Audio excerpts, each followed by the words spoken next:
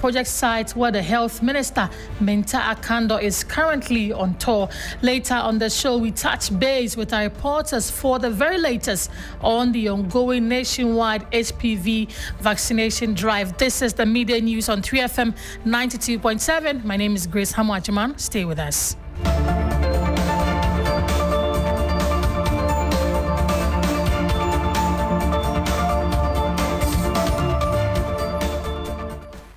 Many thanks for joining us. Let's get into the detail now. President John Dramani Mahama is expected to meet with the Chief Justice, the Attorney General, and other key stakeholders today to discuss what he describes as a final solution to the recurring mismanagement of public funds highlighted in the Auditor General's annual report.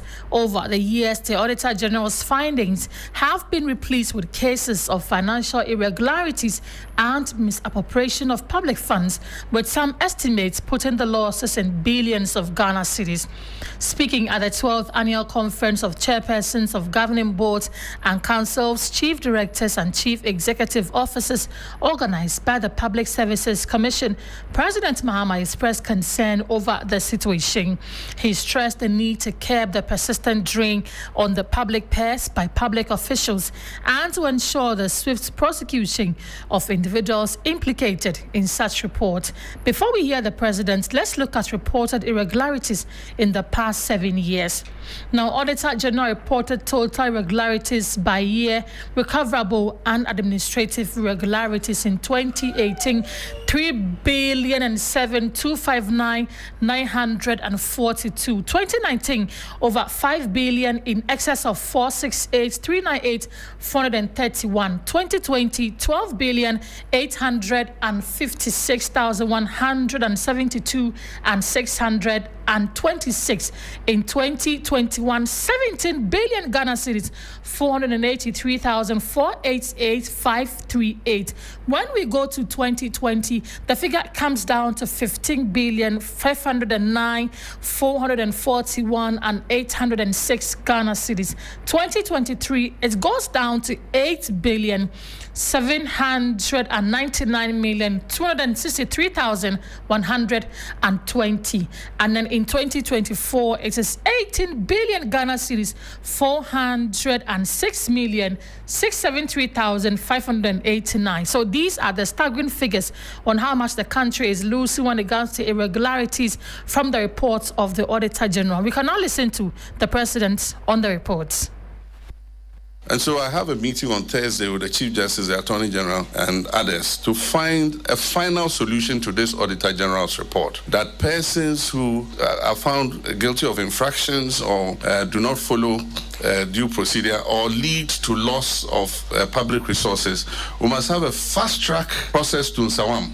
Fast track before you see you in Sawam, 6 months. Until we do that, until there's a deterrent, we're going to come every year and they say total misappropriation and infractions of found out by the Auditor General is about 15 billion cedis. I mean, if we save 15 billion cedis, can you imagine what it could do?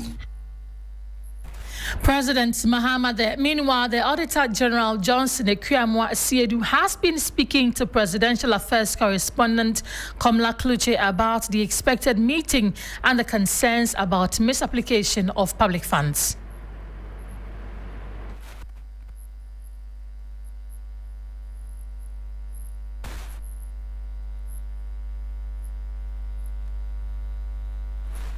Well, we'll bring you that video subsequently, but if you're joining us on Facebook, you can see that on the display on our screens. The Auditor General speaking to my colleague Komla Kluche on what this meeting is going to be about and the various areas or topics they will be discussing with the President, as well as why it has become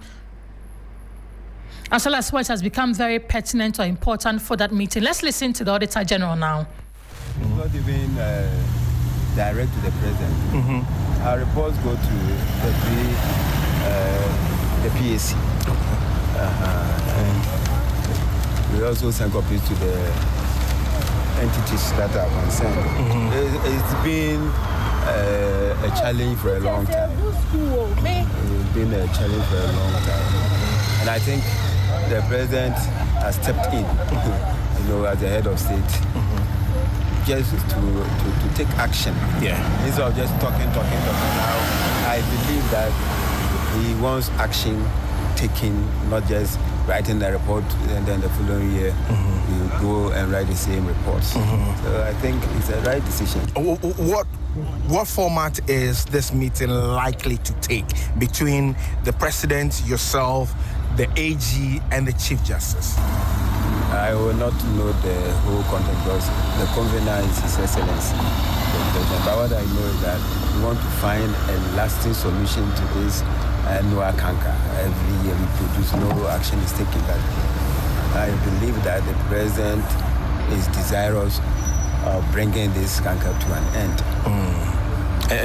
And when is the meeting scheduled? Has his office reached out to you yet? And when that meeting will be? I'm told that the meeting will be on the 20th. On the 20th of this month. Okay, all right. To the extent that the president said, there should be some expedited action with respect to the journey to Insawam with people who have had these infractions. What's your take on that? No, our laws establish the punishment for every offense. Yeah, and looking at what people are saying, the thing that we are seeing, if you have stolen state money, I believe there are in a lot of laws that will determine where you go from there. And one of the destinations is in Sawam, as His Excellency mentioned. We must deter people from even having the appetite to steal. Yeah. Okay. And I think now, if I always call something like the tune at the top. Now the tune is set from the top. Yeah. There will be no escape for anyone who misbehaves. Yeah. I strongly support the president's stance. Okay. Not even Auditor General Johnson Ekuamwa Adu in that interaction with our Presidential Affairs correspondent Komla Kluche. He tells us that anticipated meeting between the President, his office and other agencies will happen on the 20th of October this year, which is like some 10 or 9 days away. We'll definitely bring you details on what the meeting is about, as well as the resolutions or recommendations that will come out from that meeting. Let's move away from that and go to another topical issues, because authorities at the Central Regional Directorates of the Ghana Health Service have expressed concern over the attitude of some parents who prevent their wards from being vaccinated whenever the service rolls out immunization programs. According to the Central Regional Director of the Ghana Health Service, Dr. Alberta Brichum-Nyakon, the growing resistance from some parents, particularly those whose children attend private basic schools, is worrying. She urged such parents to desist from the practice and allow their children to be vaccinated to protect them from preventable diseases. Cervical cancer remains one of the leading causes of death among women in Ghana, claiming the lives of about 2,000 mothers and girls every year. Dr. Nyakon made the observation during the launch of the HPV vaccination campaign, which is targeting more than 200,000 girls between age 9 and 14 across the central region. My colleague Thomas Khan Aman in the region joins us on the line for more. Thomas, talk to us more about the problem of vaccination hesitancy in the central region and why this has become a major concern for health authorities. Well, according to the Central Regional Directorate of the Ghana Health Service, this is something that has been a trend for some time now. According to them, anytime they roll out a vaccination exercise, most of the problems they encounter is with private basic schools, where the proprietors and heads of these schools tell them that they have to secure permission from the parents of these children before they are allowed to be vaccinated. There have been many times they go to some of these schools to get the vaccination done, but they go there and then they have to return to their offices or their places because the children there tell them that their parents have not given them their permission to be vaccinated. And this is something that is worrying. And the Central Regional Directorate is really worried about this, and they want that trend to end, especially with this survivor cancer vaccination. issue. Let's listen to the director. That government has taken up the cost to ensure that we make it available for the people in the country. It is most effective for people who are sex naive. That is why we are targeting children or girls aged 9 to 14 years. So we encourage everyone to bring their children to vaccination centers and get them vaccinated so that we can assure them of a future free of cervical cancer. It's a vaccine that we have been using over the years, but because of the cost, people were buying it as and when they could afford it. But right now it is free because government has picked up the cost. It's a safe vaccine, and therefore people should not be afraid to go and take advantage of this opportunity to get their girls, their children, their nieces vaccinated. Right, let's go to the Ashanti region now. My colleague Ibrahim Abubakar is also joining me. Ibrahim, farmers from the central region tells us that there's some form of hesitancy with the parents. Is the story the same in the Ashanti region?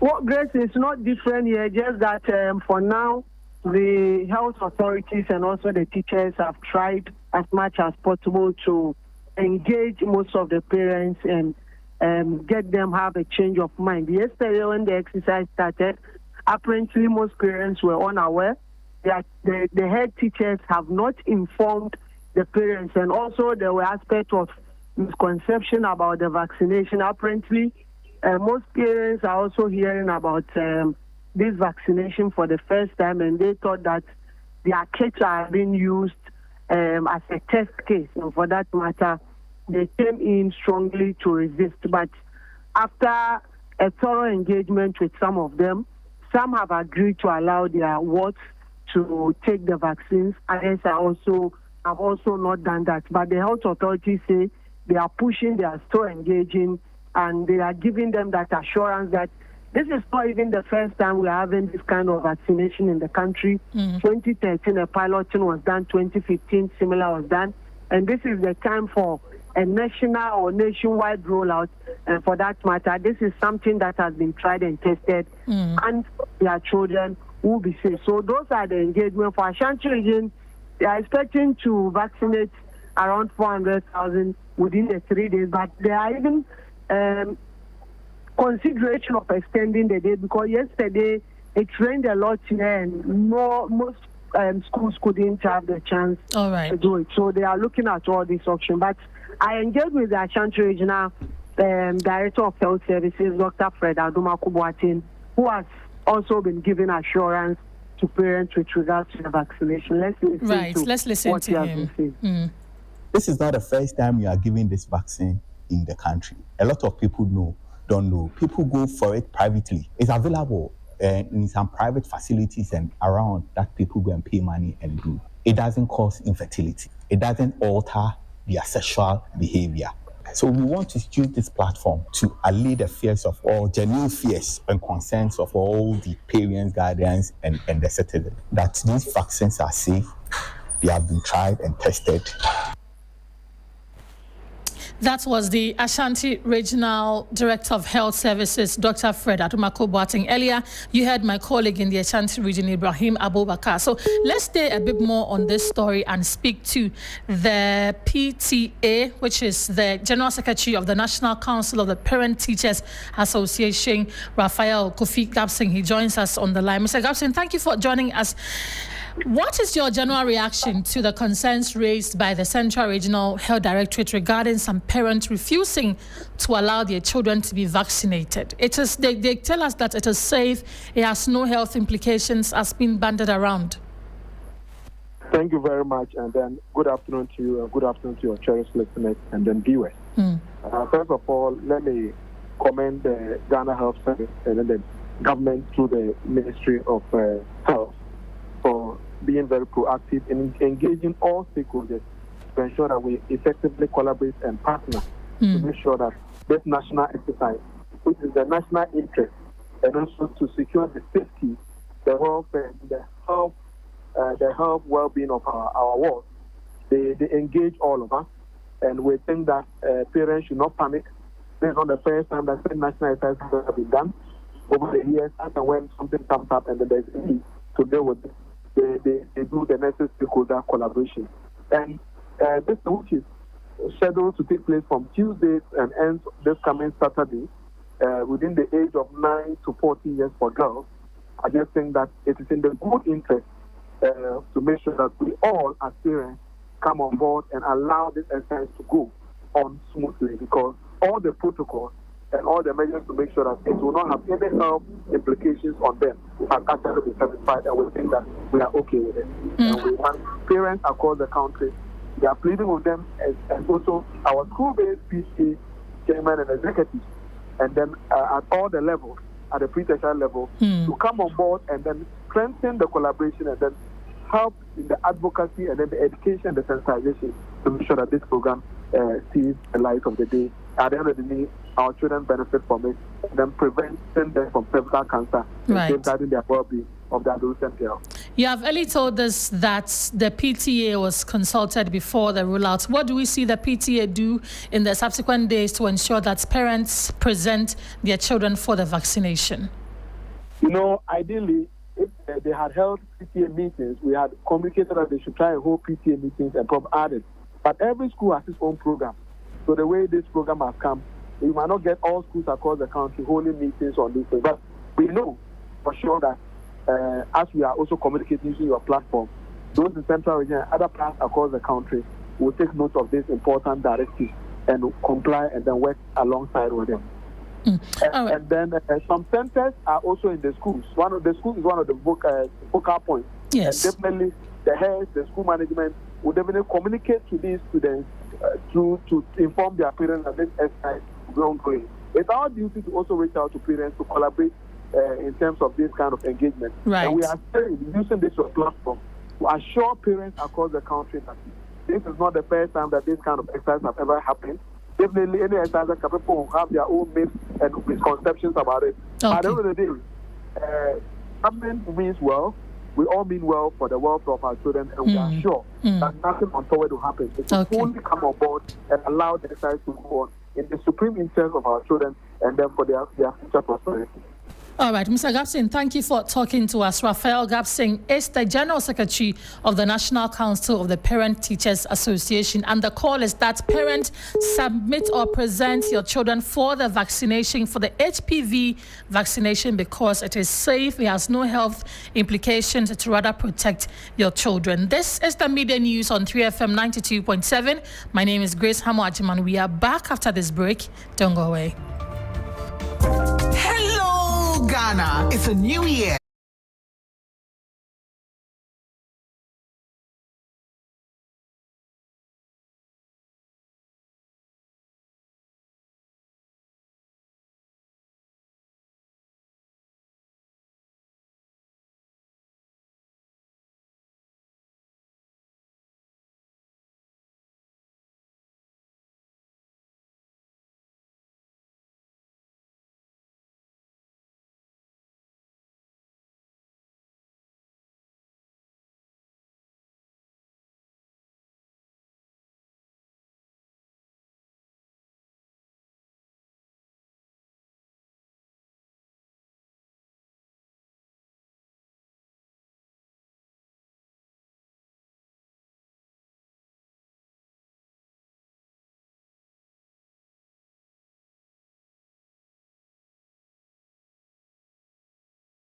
If you live around La and its adjoining communities, then this is good news for you, because government has made available 130 million cedis to enable the reconstruction of the La General Hospital to continue.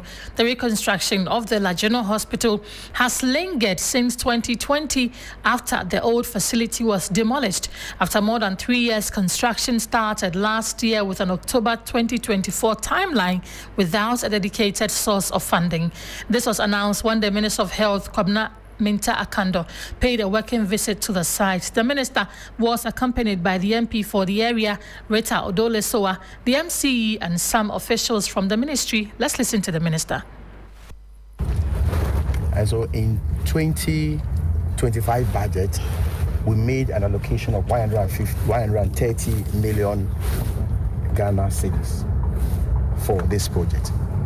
My records indicate that out of the 50 million euros, about 7 million euros has been paid, which means that we have about 43 million euros more to pay before the completion of this project. Your guess is as good as mine. And the second IPC has been raised. As I indicated during my first submission, we have forwarded them to the Ministry of Finance. We've done some follow-ups with the Member of Parliament, myself. The last time I did a follow-up was yesterday. I engaged the Minister for Finance, and the Minister of Finance is committed into ensuring that funds are released for this project to progress.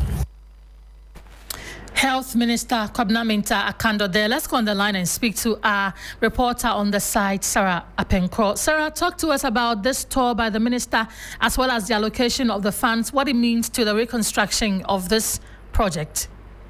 Well, Grace rightly said today, the minister as well as the MP for the area and the MC have been at the site where I am currently standing as I speak to you. He's assured the people that the construction will begin. The contractor will be coming back to the site to ensure the work is done with the commitment government is making with the 130 million cedis.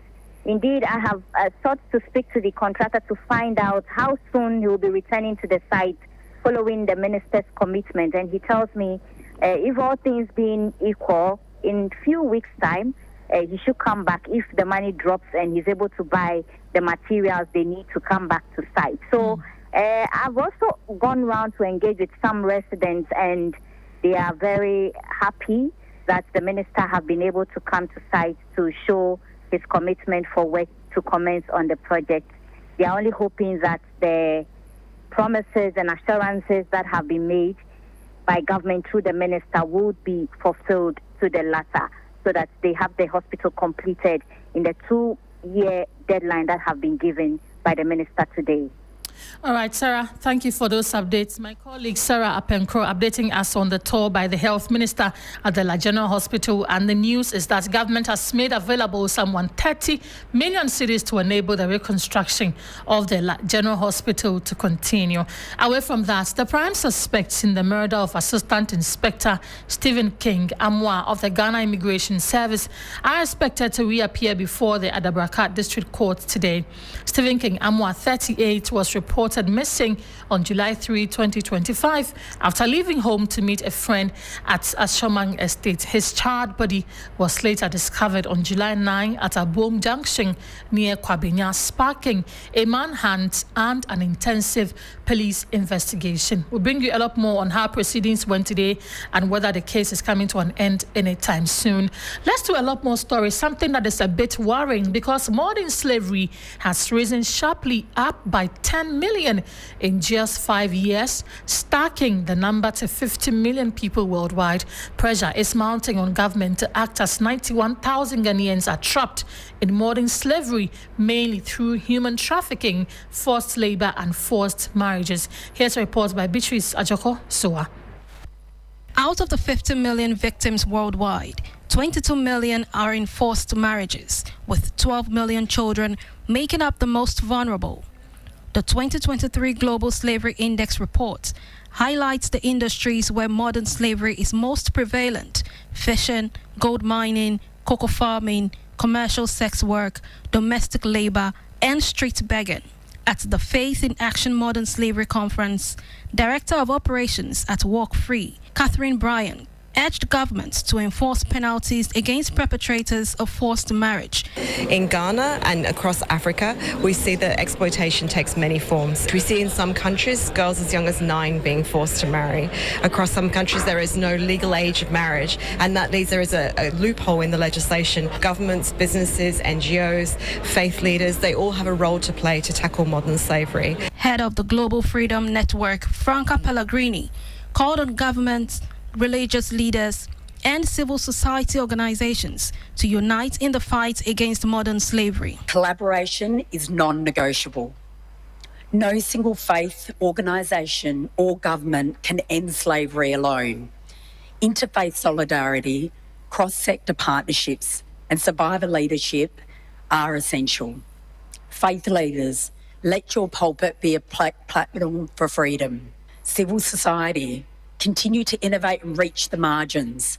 Survivors, your leadership is essential. Spokesperson for the Chief Imam, Sheikh Arimiyao Shaibu, emphasized the need to challenge cultural beliefs and practices that influence modern slavery. Beatrice Adu SOAS reports there. To other stories, the Center for Scientific and Industrial Research, CSIR, says there's poor public awareness on environmental sustainability, thereby fueling non-compliance to issues of climate change. Principal investigator of the For Agroecology and Circular Economy for Ecosystem Services project in Africa, Dr. Kwaku Asante, said the development is troubling. He made a call at a workshop for journalists in Accra. We actually have seen that if the public are well informed, they can take the needed action. Unfortunately, when you go down to the community level and to interact with people, you notice that there's not so much information in the environmental sustainability space. And to bridge this gap, we brought media practitioners together to highlight the topics under agroecology, circular economy, climate action, ecosystem services. Meanwhile, the Peasant Farmers Association of Ghana wants issues of illegal mining to be addressed immediately since it's impacting on crop yield. Abraham Linquist, the head of IT and communication at the association, said the chiefs who are custodians of the land have a role to play in curbing the menace. Because now our land has been destroyed. Look at Shama, all right?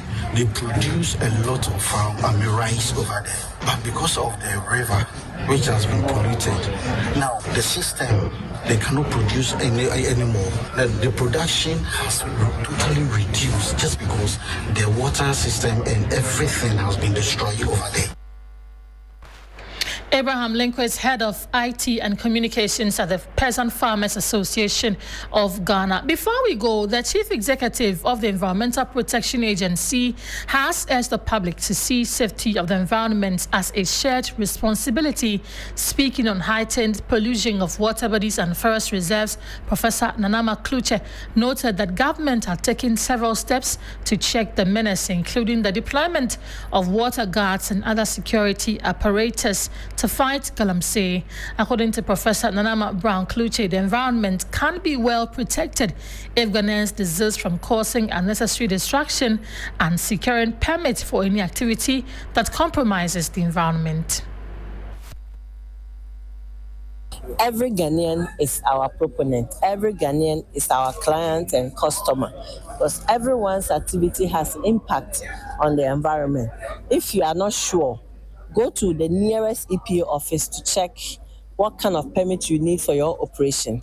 But we know for sure that every activity everyone is undertaking, if it's not affecting the air, it may be affecting water, the land, or the space in which we live in. So check with the EPA if you need a permit for your operation. Otherwise, we visit you and also deal with you in an appropriate way by law. Professor Nanama Brown Kluche is the Chief Executive Officer of the Environmental Protection Agency. And that will be all by way of the midday news on 3FM 92.7, which came to you live from our studios here at Adesawe Kanda, Accra. My name is Grace Hamwa Ajuman. Log on to 3news.com and get some more stories. Also, join us in our subsequent bulletins for a lot more. Good afternoon.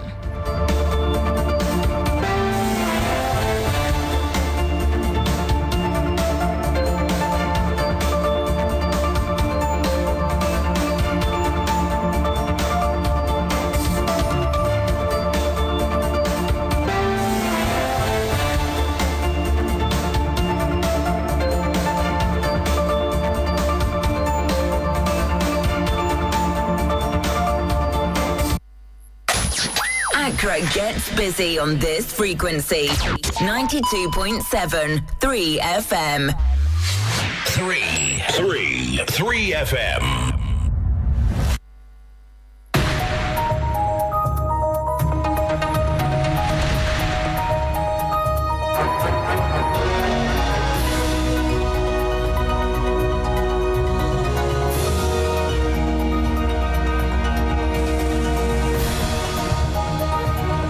Hello there, good afternoon. Welcome to Business Daily on 3FM 92.7. Coming up, economist warns BOG's expected $1 billion forex injection plan risk prolonging cedi volatility. And Public Interest and Accountability Committee PIACS expresses concern over Ghana's surface rental arrears increase. If they want to terminate an agreement, they must ensure that Revenue Authority know before it is terminated, so that if they have any obligations, they'll fulfill them before they leave the country. Plus, Ghana Stock Exchange continues bullish surge amidst robust investor confidence. I am Michael Ogudu. Details coming up shortly. Please don't go anywhere.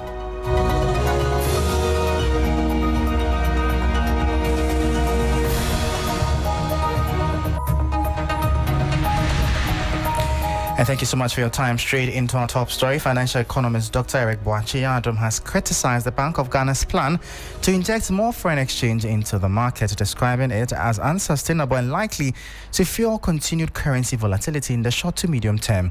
The central bank has announced that beginning October 2025, it will commence forex intermediation under its domestic gold purchase program, with plans to sell up to $1.15 billion to the market. The move comes amid fresh depreciation of the cedi and earlier warnings from the International Monetary Fund (IMF), which cautioned against what it termed excessive intervention in Ghana's forex market. Speaking 3 Business, Dr. Beatrice Adu said the cycle of instability is unlikely to end unless government prioritizes local production of essential goods currently reliant on foreign exchange for importation. At what point are we going to allow the market to freely determine the prices of FX? Are we going to do it in perpetuity? In as much as the BOD is trying, I don't see the fiscal side supporting. You see, all these monetary policies that the BOD is putting in place is waiting for the fiscal side to support in terms of our ability to produce basic goods and services to bring down our importation. Because of the excessive demand for foreign goods, the taste of Ghanaians, which is akin or taste of Ghanaian preferences for foreign goods, continually makes us demand more of the dollar or because of imported goods. So largely, I see that the 1.1 billion, which is being intervened from the BOG, will give us a short run. But in the long run, we'll come back to the same story, especially when we cross to the first quarter of next year. The cedi pressure will increase. Financial economist Dr. Beatrice Adu. Now, surface rental arrears due to the state have escalated sharply despite efforts by the Ghana Revenue Authority, GRA, according to the Public Interest and Accountability Committee, PIACS semi-annual report for 2025. The report reveals that the total surface rental arrears stood at a worrying $2.82 million at the end of the first half of 2025. This figure marks a significant increase from the over $439,000 recorded in the first half of 2024, representing a substantial spike in uncollected revenue. The vice chairman of PIAC, Odefo Amwakumbuedu the eighth, has voiced his deep concern over the escalating debt. The first half of last year, it was 439. It used to be far higher than that, but we're asking for the collaboration between the revenue authorities and the Ministry of Energy, etc. For example, if they want to terminate an agreement, they must ensure that revenue authority know before it is terminated, so that if they have any obligations, they'll fulfill them before they leave the country. We've seen that collaboration to the extent that the payments or the arrears reduced. It used to $2.something million, but it reduced to 439,000 in the first half of 2024. It's gone up again to $2.82 million. That means that maybe there's been a slag or maybe new bills that may have come. But details of all these are in the reports. We have details, what comprises it, who is contributing what percentage of this. They are all in the report. That was Vice Chairman of the Public Interest and Accountability Committee, PIAC, Odefo Amwakumbuedu, the 8th. And now, the Ghana Stock Exchange maintained its impressive upward trajectory on Thursday, with the benchmark GSE Composite Index climbing to an impressive 8,484.39 points. This latest advance pushes its year-to-date return to a formidable 73.56%, signaling substantial investor enthusiasm in the Ghanaian equities market. This report has more. The GSE Financial Stock Index, GSE FSI, mirrored this positive sentiment, recording a gain to 3,931.17 points and achieving a year-to-date return of 65.12%. This strong performance in the financial sector is largely attributed to a resurgence of investor interest, particularly in banking equities, which are perceived to offer attractive growth prospects. Total market capitalization closed higher at 166.73 billion cedis, a clear indication of ongoing confidence in the market stability and potential for further expansion. This significant valuation underscores the optimistic outlook held by both institutional and retail investors. Despite the broad market gains, trading activity experienced a notable slowdown. A total of 1,521,843 shares changed hands, representing an 84.63% drop in volume compared to the previous trading session. However, the total value of trades remained robust at 19,212,850.96 cedis, primarily driven by significant transactions in GCB Bank PLC. The market's sustained uptrend is largely a reflection of growing investor optimism, which has been bolstered by a combination of robust corporate earnings report and improving macroeconomic indicators. These factors are creating a favorable environment for investment, attracting both local and international capital into the Ghanaian stock market. And that was the 3 Business News Desk report on the Ghana Stock Exchange continuing its bullish surge amid robust investor confidence. Now, the Secretariat, spearheading the government's flagship 24-hour economy initiative, is setting its sights on reducing the cost of credit for Ghanaian industries. Director of Innovative Finance Partnerships and Markets at the Secretariat, Dr. Ishmoni Amano-Dodu, stated that a core focus of the unit will be to implement strategies that result in lower borrowing costs for businesses. We are aware that one of the things that is quite an obstacle to businesses is the short term of loans, the higher interest rate, and sometimes there are no moratorium at all. And you can't build your equity. By the time you set up the business, you already start to pay. These are not tenable. We also know that even when you look at manufacturing, the important things to deal with, typical to it, is energy, the cost of transportation as well. So what we are trying to do is try to address those issues very well, and including the important element of finance. Through our SME financing facility, we are working with DBG, Development Bank of Ghana, as our enterprise financing, and then we are working with GIF, Ghana Infrastructure Investment Fund, as the infrastructure financing stream. So we are creating a long-term concessional financing scheme that will be powered through DBG or GIF, and then will be on-lended through the commercial banks.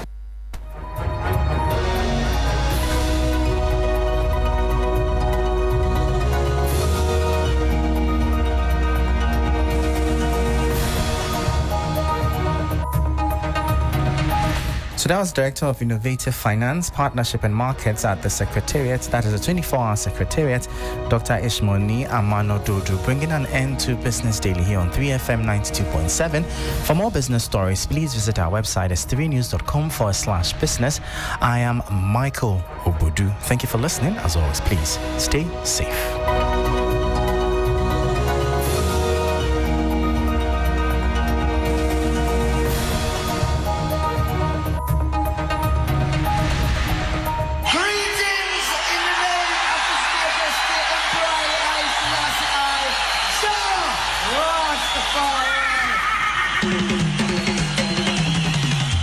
It has always been a journey of Pan-Africanism and consciousness. It is your regular taxi driver with the urban blend and 3FM 92.7 in living stereo every day, Monday to Friday from 12:30 p.m. till 3 p.m.